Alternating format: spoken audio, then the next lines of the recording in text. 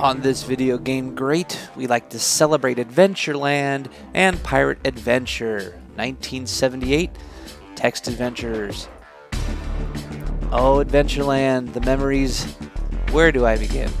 You see, way back before there were personal computers, or microcomputers as they were called in 1978, the only way to use a computer was at a big company or at a college campus that had the honor of owning a big mainframe machine.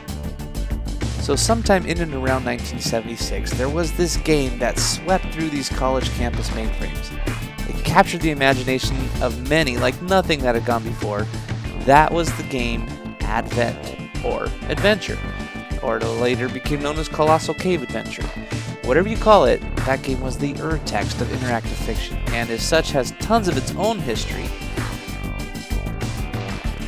But our little Adventureland game by Scott Adams is actually an attempt at putting the same experience that was Advent onto the very limited personal computers of 1978. We're talking loading off a cassette tape into just 16K of RAM. Not megs, not gigs, kilobytes. Tiny little space of memory. So every bit, every byte actually mattered. Amazingly, Scott Adams was able to capture that same wonder. It was the thrill of exploring a world, controlling the actions and results by typing in commands in your computer, and eventually completing a treasure hunt, which was the main gist of the gameplay. You solve puzzles, you explore the world, collect the treasures.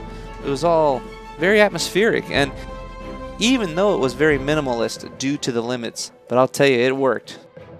Adventure was sold through a few hobbyist magazines of the day, like Softside Magazine and the TRS 80 Exchange, and it slowly gained a following. People were talking about it, and it was available on those machines of the day.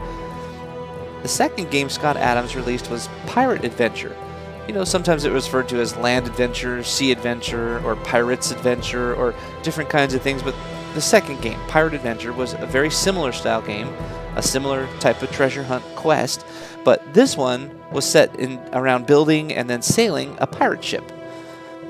In many ways, actually, it was a much more enjoyable game. It was more solvable, it was more intuitive, and many people remember it more fondly for its beachside environment and toned-down puzzle difficulty. One thing Scott had done, which proved very smart, was he created a core program called an interpreter, and the interpreter converted a story file into the instructions that would run on a specific type of computer. So the story files were separate than the interpreter, which this setup allowed him to write a new interpreter for any new computer that came out, and instantly all the games in those story files were available now to the new computer. So his growing library was quickly ported to new computers as they came out, and some of these computers had very little software on them other than Scott Adams games. So more than anything, it was simply the availability of his games on all sorts of platforms and good pricing that kept his sales brisk. I enjoy text adventures, and I found these to have their own weird charm and appeal. But, you know, they certainly have their flaws, and it's not a genre that everybody enjoys, but there is no denying the historical importance in video game history of these two little gems.